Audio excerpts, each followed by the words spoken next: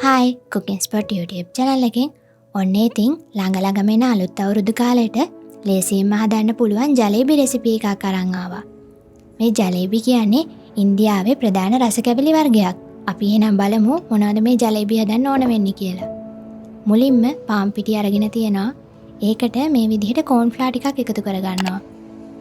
දැන් අපි පාන් පිටි කෝන් ෆ්ලවර් හොඳින් කලවම් කරගන්නවා. ඊළඟට මේ විදිහට මුදවපු කිරි ටිකකුත් එකතු කරලා මේ පාන් පිටි මිශ්‍රණයත් එක්ක හොඳින් කලවම් කරගන්නවා.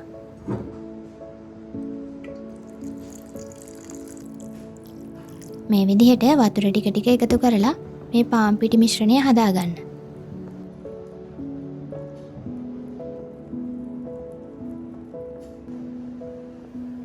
මෙන්න මේ පදමට තිබුණාම හරි. දැන් මේ වෙලාවේ මං ෆුඩ් කලරින් ටිකක් එකතු කරනවා. මම නම් ගත්තේ තැඹිලි පාට වර්ණකය. ඔයාලට මේකට කහ පාට වුණත් ගන්න පුළුවන්. වර්ණයක් නැතුව හදා ගන්නත් පුළුවන්. මං ටිකක් ලස්සන පාටක් එන්න ඕන නිසා මේ වගේ පාට එකතු කරගත්තා. ඊළඟට මේ විදිහට බේකින් පවුඩර් ටිකක් එකතු කරගන්නවා.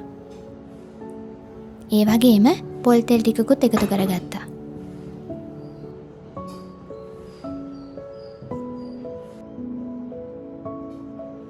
දැන් අපේ මිශ්‍රණය මෙන්න මේ පදමට තමයි තියෙන්නේ.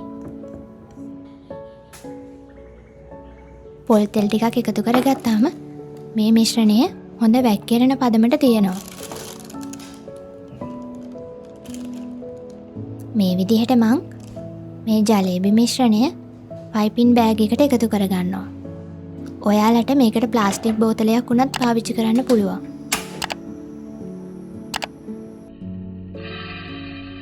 ඊළඟට අපි හදාගත්ත මිශ්‍රණය පයිපින් බෑග් එකේ තියලා මේ විදිහට පැණි මිශ්‍රණය හදාගමු. සීනියකට මේ විදිහට වතුර එකතු කරලා එනසාල් ඇටි ටිකකුත් තලලා එකතු කරගත්තා.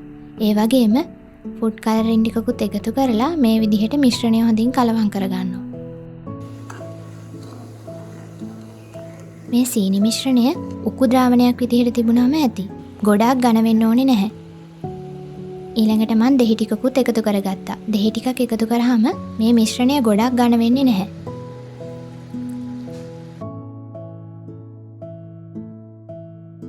ඊළඟට දැන් අපි ජලේබි ටික හදාගමු.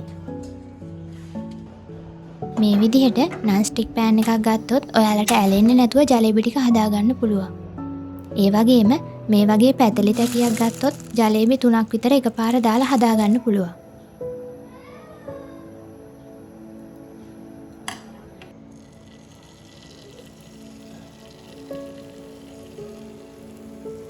මෙන්න මේ විදිහට මං ජලේබි ටික හදාගත්තා.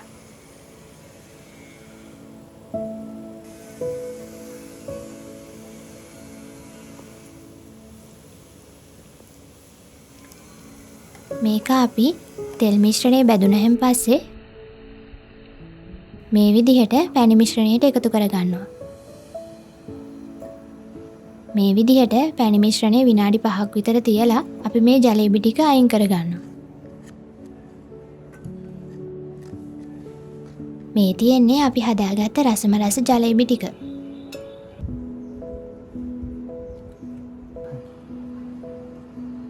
මම මේක උඩට රටකජු ටිකකුත් එකතු කරගත්තා.